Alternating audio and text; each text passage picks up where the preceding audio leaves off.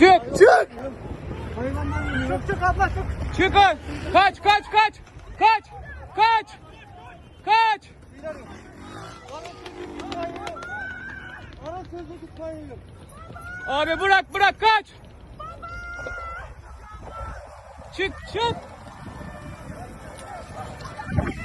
Kaç. Çekil. Kaç. Abi hayır gitme. Dur.